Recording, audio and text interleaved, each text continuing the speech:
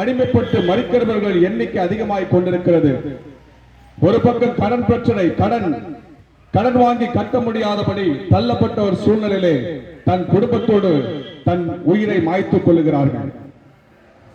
இதை கேட்டுக்கொண்டிருக்கிற பிரியமானவர்களே, இதை ஏன் இந்த இடத்திலே சொல்லுகிறோம் என்று சொன்னால், இந்த பாவத்திலே சாபத்திலே இந்த அடிமைத்தனத்திலே இருந்து மறிக்கிறது தேவனுடைய திட்டம் அல்ல.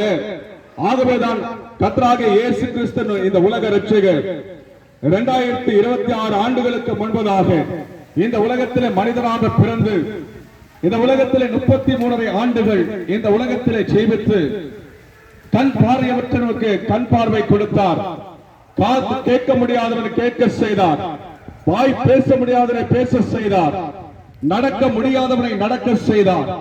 வியாதி உள்ளவனை சுகப்படுத்தினார். மரித்தவனை உயிரோடு எழுப்பினார். அவர்தான் ஆண்டவராகிய இயேசு கிறிஸ்து.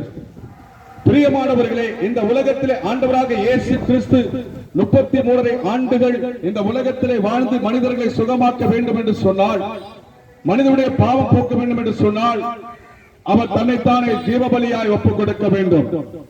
இன்றைக்கு மனிதனுடைய வாழ்க்கையில் என்ன நினைக்கிறார்? தன்னுடைய பாவத்திற்காக ஏதாவது ஒரு பரிகாரம் செய்து தன் பாவத்தை போக்கிவிடலாம் என்று சொல்லி எண்ணிக்கொண்டு ஏதாவது ஒரு ஆடையாவது கோழியாவது ஒரு மாடையாவது பலி செலுத்தி என் பாவம் போக வேண்டும் என்று சொல்லி அநேக புனித நீர்களை போய் நீராடி விட்டு வருவார்கள். ஆனால் பாவம் போகாது. மீண்டுமாய் திருப்பி அந்த பாவத்துக்குள்ளதான் அடிமைப்பட்டு இருப்பார்கள்.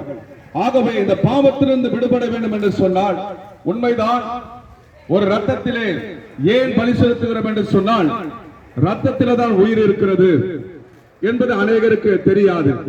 ஆகவேதான் ஆண்டவராக இயேசு கிறிஸ்து இந்த உலகத்திலே மனிதனுக்காக ரத்தம் சிந்தும்படி இந்த உலகத்துக்கு இறங்கி வந்தார்.